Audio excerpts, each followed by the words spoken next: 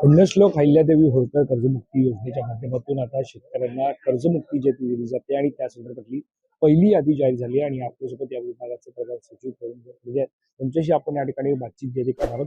Sir, काय सांगाल एकंदरीत आता किती शेतकऱ्यांची कर्जमुक्ती जी आहे ती आता पहिल्या यादीतून झालेली आहे आणि कशा प्रकारे या सगळी कर्जमुक्ती जी आहे ती होणार? पुण्यश्लोक अहिल्यादेवी होळकर कर्जमुक्ती योजनेच्या माध्यमातून जवळजवळ 56 लाख शेतकऱ्यांना फायदा होणार आहे. यामध्ये नियमित कर्ज फेड करणारे जवळजवळ 24 लाख शेतकऱ्यांना आपण प्रोत्साहनपर अनुदान 50,000 रुपये देणार आहोत.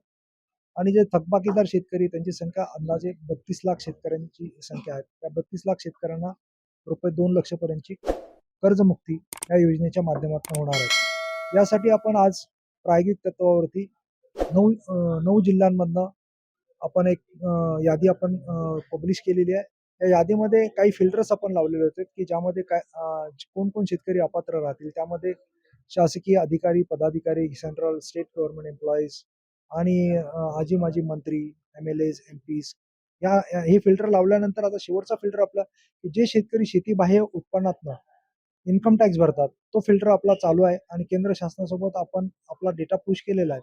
तो 2 ते 3 दिवसामध्ये ते व्हेरिफिकेशन होऊन येईल आणि ते व्हेरिफिकेशन होऊन आल्यानंतर 100% शेतकऱ्यांची यादी आपण पब्लिश करू शकू आणि त्या माध्यमातून आपण शेतकऱ्यांना लाभ देऊ शकू. यामध्ये आपण आता डिस्ट्रिक्ट सेंट्रल कोऑपरेटिव्ह बँकांचे जवळ 7.5 लाख शेतकऱ्यांचे डेटा आपल्याकडे तयार झालेला आहे. 7.5 लाख शेतकऱ्यांचा डेटा आपण केंद्र शासनाच्या इन्कम टॅक्स डिपार्टमेंटकडे पुश करत आहोत आणि त्यांच्याकडनं व्हेरिफिकेशन होऊन आल्यानंतर याची यादी आपण पब्लिश करणार आहोत. ग्रामपंचायत न्याय, प्रायमरी ॲग्रिकल्चर क्रेडिट सोसायटी न्याय, जेणेकरून या ठिकाणी जाऊन शेतकरी आपली नावं त्या यादीमध्ये बघू शकतील. त्यामध्ये काही डिस्प्यूट असला ते डिस्प्यूट रेज करू शकतील.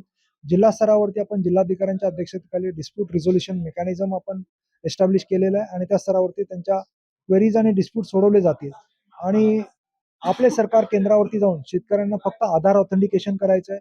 ज्या शेतकऱ्यांचं ॲग्रिस्टॅक नसेल त्यांना ॲग्रिस्टॅकची नोंदणी देखील महसूल आणि सहकार विभागाच्या माध्यमातून सहकार्य करून ते देखील करून घेतलं जाईल आणि त्याचं आधार ऑथेंटिकेशन केल्याबरोबर त्याच्या अकाउंटला, लोन अकाउंटला बँकेच्या माध्यमातून डायरेक्टली आपण ही कर्जमुक्तीची रक्कम जमा करणार आहोत. पहिली यादी शेतकऱ्यांना कर्जमुक्ती मिळण्यासंदर्भातली जाहीर झालेली आहे. उर्वरित जे शेतकरी आहेत ते प्रतीक्षेत आहेत. त्यांच्या संदर्भातली यादी ही नेमकी कधीपर्यंत जाईल? उर्वरित सर्व शेतकऱ्यांची यादी आहे. जसं आमच्याकडनं इन्कम टॅक्सकडनं व्हेरिफिकेशन येईल तसं 2 ते 3 दिवसामध्ये आम्ही उर्वरित शेतकऱ्यांची देखील यादी पब्लिश करू. ज्या शेतकऱ्यांचं कर्ज सध्या पाहायला मिळतंय 2 लाखांहून अधिक आहे, त्यांना कशाप्रकारे कर्जमुक्ती मिळणार आहे? आणि जसं तुम्ही सांगितलं, की अपात्र आहे, याच्यामध्ये ज्या प्रकारे आता यादी ही बायफर्केट केली जात आहे, याच्यामध्ये कशाप्रकारे शेतकऱ्यांचं वर्गीकरण करण्यात येईल? 2 लाखापेक्षा जास्त कर्ज घेतलेल्या शेतकऱ्यांनी 2 लाखाच्या वरची कर्जाची रक्कम भरण्यासाठी त्यांना मुदत 31 मार्च 2027 पर्यंत मुदत दिली आहे. हे शेतकरी जसजशी ती 2 लाखाच्या वरची कर्जाची रक्कम भरतील, तसतशी त्यांची यादी आम्ही पब्लिश करू. यादी पब्लिश झाल्यानंतर आपले सरकार केंद्रामध्ये त्यांनी जाऊन आधार ऑथेंटिकेशन केल्यानंतर 2 लाखापर्यंतची रक्कम त्यांच्या अकाउंटमध्ये बँकेच्या माध्यमातून डायरेक्टली जमा होईल. सर, धन्यवाद आम्हाला बातचीत केल्यासंदर्भात.